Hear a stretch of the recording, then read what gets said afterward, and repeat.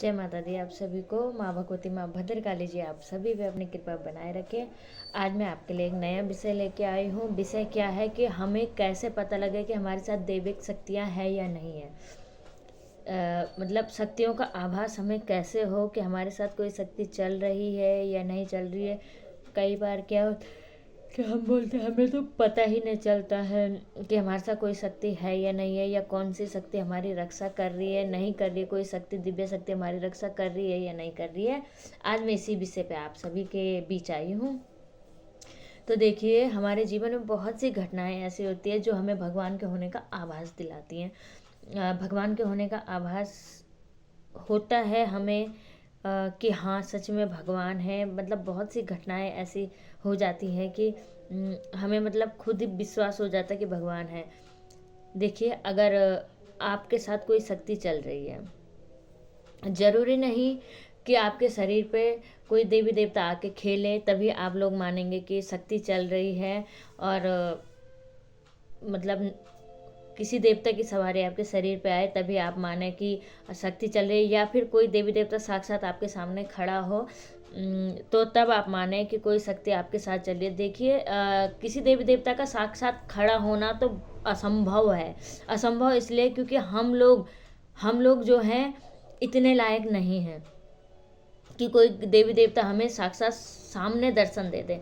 हम इतने लायक हैं ही नहीं।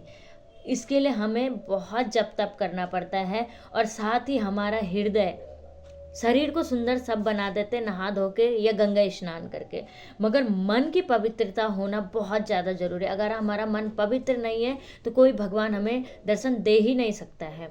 किसी भगवान की कृपा हमारे ऊपर हो ही नहीं सकती है।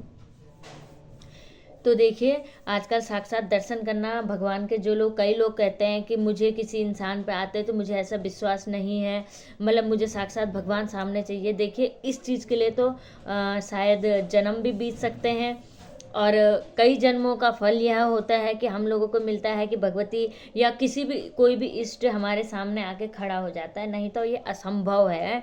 इतने लायक हम है ही नहीं। सत्य बात तो ये है कि इंसान इतने लायक हो ही नहीं सकता है। तो चलते हैं आज के विषय पे। देखिए, बहुत सी घटनाएं होती है। देखिए, अगर आपके साथ कोई शक्ति चल रही है तो 2:30 बजे से 5 बजे के बीच, 3, साढ़े 3, 5 बजे के बीच आपकी नींद खुलती है अगर कोई दिव्य शक्ति आपके साथ चल रही है। और आप जब भी किसी भी कार्य को करने के लिए जाए तो आपको आभास होता है कि कोई चीज़ है जो मेरे साथ चल रही है। या फिर जैसे कि जीवन में आपके दुख या सुख कुछ भी आना हो तो उसका आभास आपको पहले ही हो जाता है। यह भी किसी शक्ति के द्वारा ही होता है। जैसे कि आपको पता लग जाए कि कल ये होने वाला है और वह सत्य हो गया, तो यह भी शक्ति के द्वारा ही होता है। कई बार क्या होता है, हमारी वाणी सिद्ध हो जाती है। मतलब हमने किसी को कुछ बोला कि ऐसा हो जाएगा, ऐसा मत कर, और वो काम सच में हो गया, तो वह भी हमारे साथ शक्तियाँ चल रही है। यह भी प्रमाण है कि हमारे साथ कोई दिव्य शक्ति चल रही है। देखिए, भगवान बहुत से संकेत हमें देता है कि हाँ आपके साथ हैं या नहीं है। बहुत से संकेत देता है जिनको हम समझ नहीं पाते हैं। देखिए, आदमी गरीब हो या अमीर हो, कितना भी गरीब आदमी हो, अगर आप समझ लीजिए कि वह अपनी नमक रोटी बहुत अच्छे से खा रहा है तो वह भी भगवान की ही कृपा उसके ऊपर है। और कितना भी अमीर हो, अगर वह अमीरी में ऐसो आराम से जी रहा है तो वह भी भगवान की कृपा है, क्योंकि बिना भगवान की कृपा के, बिना भगवान की इच्छा के कुछ नहीं हो सकता है। इस बात को आप ध्यान रखिएगा। और गरीब आदमियों पे भगवान की कृपा बहुत ज़्यादा बरसती है, क्योंकि गरीब आदमियों का दिल साफ होता है। और ऐसी कंडीशन में बहुत, मतलब कहते हैं कि झोपड़ी में राम जरूर आते हैं।